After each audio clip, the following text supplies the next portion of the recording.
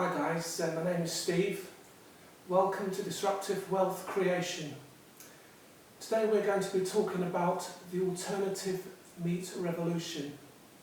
In particular about two companies, one called Beyond Meat and the other one called Impossible Foods. If you enjoy this video, please give us a like, and for more content please press the subscriber button below. So let's get into it. So who and what is Beyond Meat? Beyond Meat was founded by Ethan Brown in 2009. All the products are made from plant-based protein, working with two University of Missouri professors, one who was called Fu Hung Hsee and the other called Harold Huff. Beyond Meat's mission statement is, by shifting from animal to plant-based meat, we can positively impact four growing global issues: human health, climate change, constraints on natural resources, and animal welfare. Beyond Meat has a website which tells you its mission, what products it sells. It offers recipes, ingredients, and where to find the nearest shop by entering your zip or postcode. Amongst its products, Beyond Meat offers the Beyond Burger and Beyond Beef Pieces, with details about its products like the amounts of grams in its plant protein. It explains that it has no GMOs and it has no soy or gluten, and that it is kosher. The same applies to its beef meatballs and sausages. Ethan Brown says, a study in Michigan found that we use 93% less land to generate the same amount of beef that you would if you raised cattle. So for 100 acres, a farmer can generate the same amount of income with 7 acres of land as they could with 100 acres. So what is the farmer going to do with the rest of the 93%? Well, make money.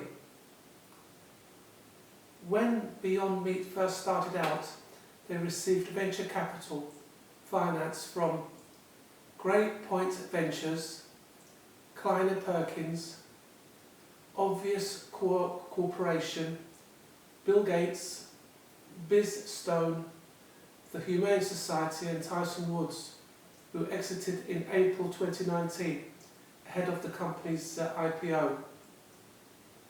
Then, in May 2019, Beyond Meat raised $240 million when it went public. What this enabled Beyond Meat to do was to work overseas and compete with its rival competitors.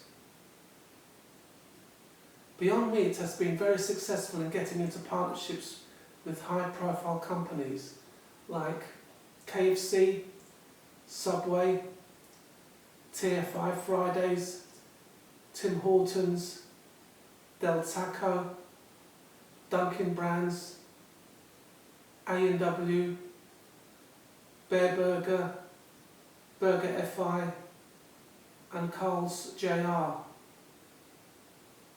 So, what can we expect from Beyond Meat in 2021? Well, following a dip in shares due to the pandemic, we can see Beyond Meat trying to push more sales through its website. Also, we can expect Beyond Meat's strengths to come from its partnerships. Most recently, it joined up with McDonald's and PepsiCo. In the last 6 months, we have seen Beyond Meat's share price slowly going up. So what about its competitors? Well, who is its competitors? Well, Impossible Foods. They were founded in 2011 by Patrick O'Brien. Like Beyond Meat, they are also developing plant-based meat products. Their aim is to give people the taste of nutritional benefits of meat without the negative health and environmental impacts. So what does Impossible Foods want to achieve? Well, Impossible Foods wants to eliminate intensive farming. The company researches animal products at the molecular level. Then it selects proteins and nutrients from plants to recreate the experience and nutrition of meat products. Like Beyond Meat, Impossible Foods also has a website. It sells its products online, but gives more learning to the issue of sustainability and climate change. For example, it shows how we can, by eating an Impossible Burger, we can save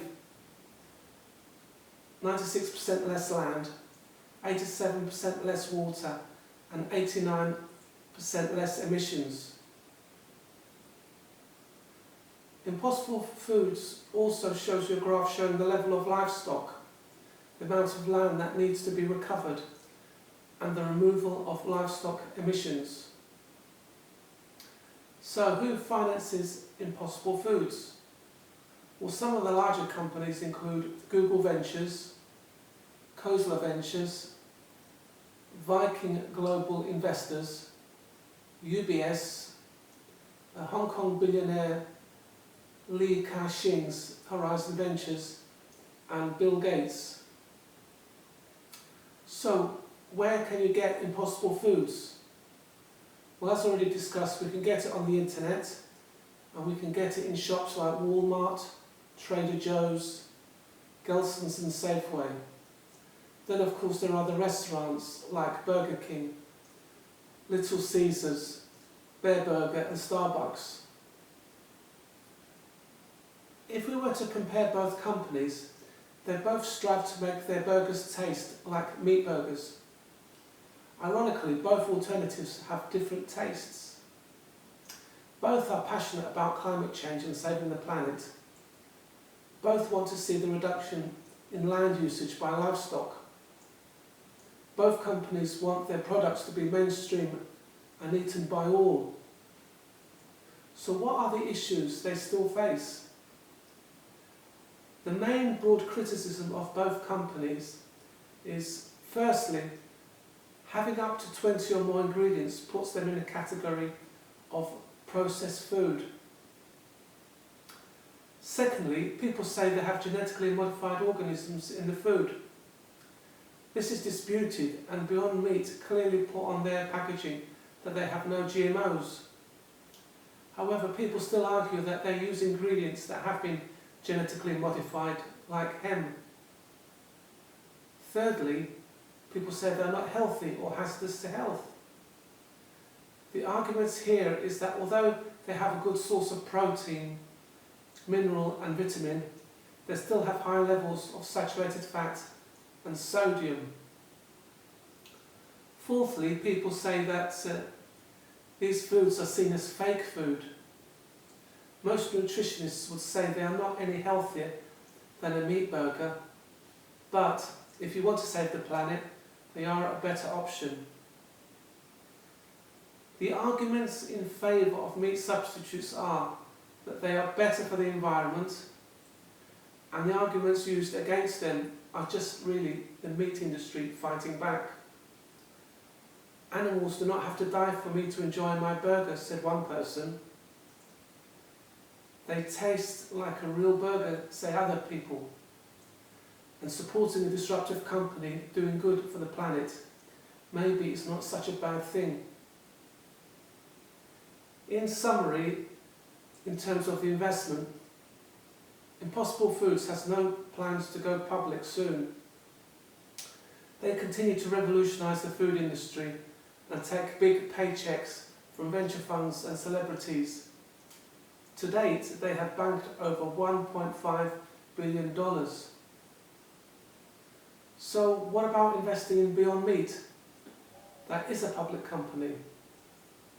Well, let's have a look at the arguments against investing. The first one is that the greatest risk is being demand. Initially, Beyond Meat can be seen as a novelty factor. It creates curiosity. People want to try it and sometimes they don't like it. Other people say that the company has only been public since 2019, so it doesn't have a long track record, and maybe you should have to wait longer. What about the reasons to invest in Beyond Meat? Well, firstly, the founder, Ethan Brown, is a visionary with a mission. This year they have gone into partnership with Starbucks in China, which has more than 3,300 locations.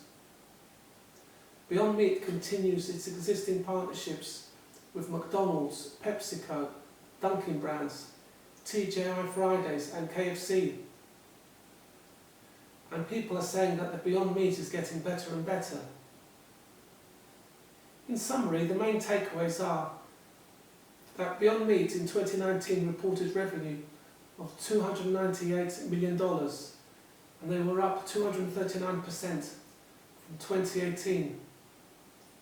In 2020 they continued to grow until the pandemic crisis hit them. However, you could argue that having strong relationships would suggest that when the pandemic is over, they will bounce back. Already we can see that their shares are rising. I am not a financial advisor, and I have personally not invested in this company, but it might be worth doing some research and looking into this company if you do want to invest. So, if you have enjoyed this video, please give us a like, and for more content, please press the subscribe button below. Have a good day and see you in the next video.